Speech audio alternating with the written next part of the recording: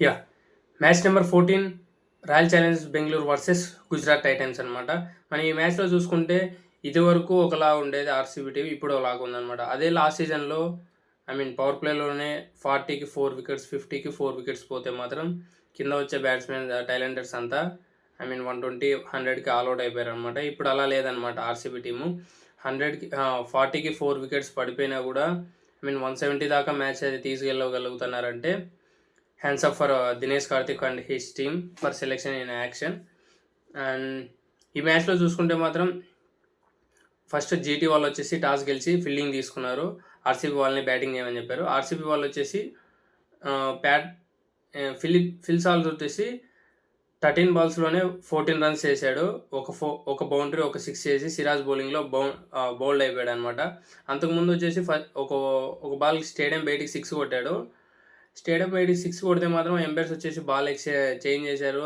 ఆ బాల్ కూడా గిల్ వాళ్ళ టీంకి అసలు నచ్చలేదు.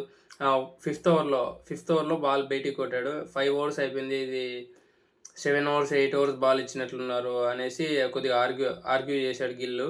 కాకపోతే ఆ నెక్స్ట్ బాలే బౌల్ క్రాసింగ్ వేసాడు అన్నమాట. క్రాసింగ్ బాల్ వేసాడు, బౌల్డ్ అయిపోయాడు. అండ్ కోహ్లీ వర్సెస్ సిరాజ్ మనం మంచి వార్ బ్యాటిల్ అయితే ఉండబోతుంది. ఫ్రెండ్షిప్ ఎలా వేస్తాడో చూడాలి అనుకున్నాను. నేనైతే ఒక బాల్ మాత్రమే చూసాను. ఒక బాల్లో కూడా మంచి బౌండరీ అయితే కొట్టాడు విరాట్ కోహ్లీ సిరాజ్ బౌలింగ్లో. 6 బాల్స్లో 7 రన్స్ చేసేసి ఒక బౌండరీ కొట్టేసి అవుట్ అయిపోయాడు. అర్షద్ ఖాన్ బౌలింగ్లో రబాడా లేడు కాబట్టి అర్షద్ ఖాన్ని రీప్లేస్ చేశారు. అర్షద్ ఖాన్ బౌలింగ్లో ప్రసిద్ధ్ కృష్ణకి క్యాచ్ ఇచ్చేసి అవుట్ అయిపోయాడు. అండ్ పడికల్ని కూడా సిరాజే బౌల్ చేసేసాడు. సిరాజ్ లాస్ట్ 2 మ్యాచెస్గా 4 వికెట్స్ 5 వికెట్స్ తీసాడు. అన్నీ బౌల్డే అనమాట. బౌల్డే 3 బాల్స్లో 4 రన్స్ వేసి పడికల్ అవుట్ అయిపోయాడు అనమాట. అండ్ కెప్టెన్ రజిత్ పటిదార్ ఇషాన్ కిషన్ బౌలింగ్లో ఎల్బిడబ్ల్యూగా అవుట్ అయిపోయాడు. 12 బాల్స్లో 12 రన్స్ వేసి 2 4లు ఏమో కొట్టాడు, అవుట్ అయిపోయాడు. అండ్ అప్పుడు కొద్దిగా పార్ట్నర్షిప్ అనేది వచ్చిందనమాట. మనకు living stone and Jitesh Sharma మధ్య మంచి పార్ట్నర్షిప్ అయితే బిల్డ్ అయింది అక్కడ.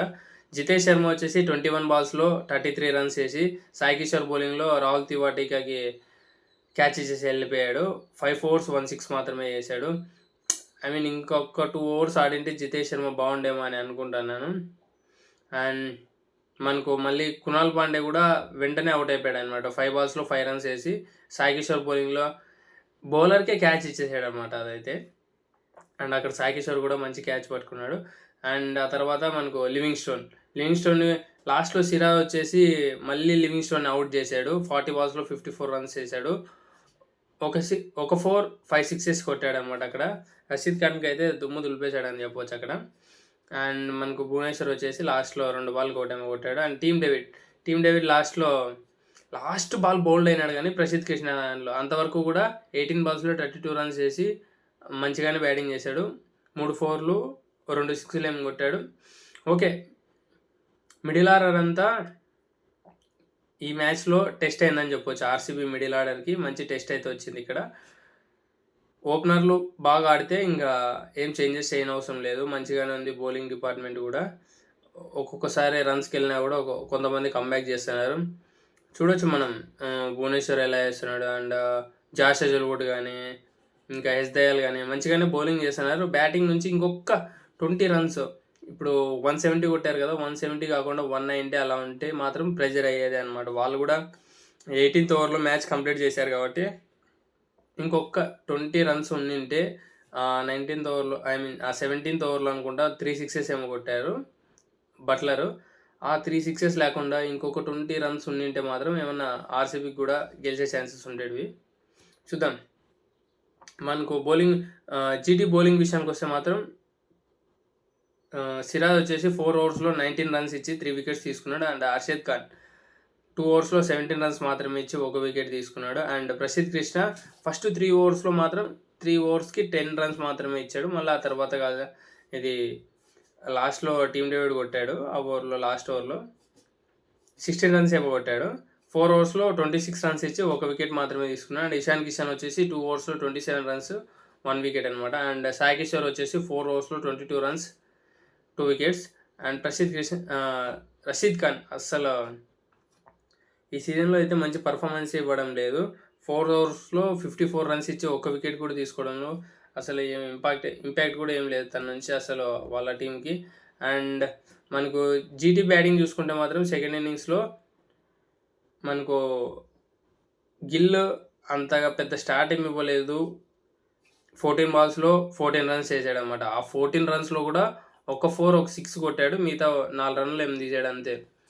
ఇంకా ఆ తర్వాత సాయి సుదర్శన్ వర్సెస్ మనకు జాస్ బట్లర్ కూడా మంచి పార్ట్నర్‌షిప్ అనేది వచ్చింది అక్కడ. సాయి సుదర్శన్ వచ్చేసి 36 బాల్స్‌లో 49 రన్స్ చేసాడు. 7 బౌండరీస్, ఒక 6 కొట్టాడనమాట. అండ్ మనకు జాస్ బట్లర్ చూసుకుంటే 39 బాల్స్‌లో 73 రన్స్ చేసాడు. 5 ఫోర్స్, 6 సిక్సెస్ అనమాట. అండ్ ఆ తర్వాత లాస్ట్‌లో రూథర్‌ఫోర్డ్ వచ్చేసి మనకు 18 బాల్స్‌లో 30 రన్స్ చేసి 3 సిక్స్‌లు కొట్టేసి మ్యాచ్‌ని అయితే గెలిపించేశాడు.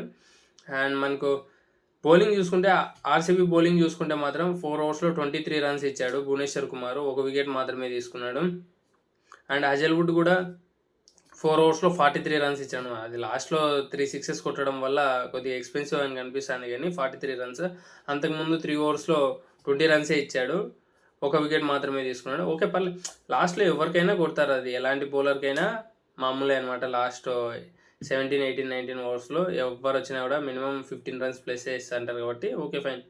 అప్పటిదాకా బౌలింగ్ అయితే బాగా చేశాడు. లాస్ట్‌లో కాబట్టి ఇంకా బట్లర్ ఇచ్చి పడేశాడు అనమాట జాస్ హజల్వుడ్‌కి. అండ్ ఎస్ దయాల్ కూడా ఒప్పుకోవచ్చు అనమాట. 3 ఓవర్స్‌లో 20 రన్స్ ఇచ్చేసాడు. ఒక వికెట్ కూడా తీసుకోలేదు. అండ్ రషిక్ దార్ కూడా 3 ఓవర్స్‌లో 35 రన్స్, అంత ఇంపాక్ట్ ఏం లేదు. And Kunal Pandey 3 ఓవర్స్‌లో 34 runs and Livingstone ఒక ఓవర్లో 12 రన్స్ ఇచ్చాడు. ఇది ఇవాల్టి వీడియో. అండ్ మీకు ఇంకా ఏమైనా ఈ మ్యాచ్ గురించి చెప్పాలనుకుంటే మాత్రం ఇద్దరు టీంలు, ఐ మీన్ జీటీ వాళ్ళు వచ్చేసి హోమ్ గేమ్ ఒకటి గెలిచారు.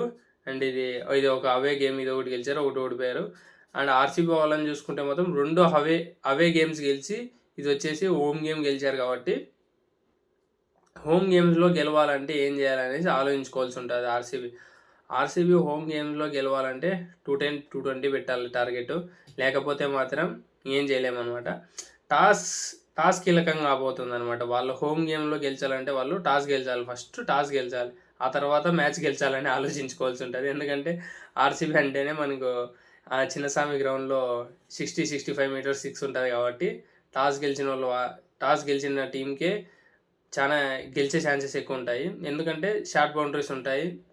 మనకు అదే ఫస్ట్ బ్యాటింగ్ చేసామనుకో ఎంత కొట్టాలనేది తెలియదు. ఏదో కొడతామంటే కొడతాం అన్నట్లుగా కొడతాంటారు అనమాట. 190 ఉందిలే పెద్ద స్కోరు ఇంకేమనుకుంటే మాత్రం అస్సలు కుదరదు అనమాట. సెకండ్ ఇన్నింగ్స్ ఆడేవాళ్ళు మాత్రం దాని దగ్గరగా ఆడతారు. 190, 200 చేస్ చేయాలనుకునే వాళ్ళు సెకండ్ ఇన్నింగ్స్లో ఎలా ఆడతారంటే పవర్ ప్లేలోనే 60+ రన్స్, 70+ రన్స్ కొట్టాలని చూస్తారు.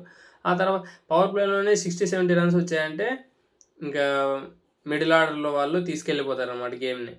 ఆబ్వియస్లీ సెకండ్ ఇన్నింగ్సే గెలిచే అవకాశం ఉంటుంది. ఐపీఎల్ సీజన్ మొత్తం ఇలానే ఉంటుంది.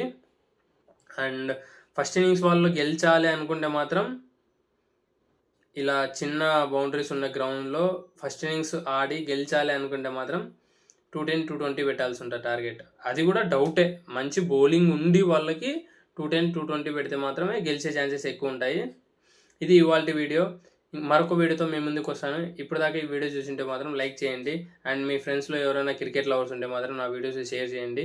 అండ్ మీరు ఈ మ్యాచ్ గురించి ఏమనుకుంటున్నారో కామెంట్ చేయండి. నేను కూడా చూస్తాను. ప్రతి కామెంట్కి రిప్లై ఇస్తాను నేను కూడా. అండ్ సబ్స్క్రైబ్ ముఖ్యం బిగులు. కామెంట్ చేయండి, చూద్దాం.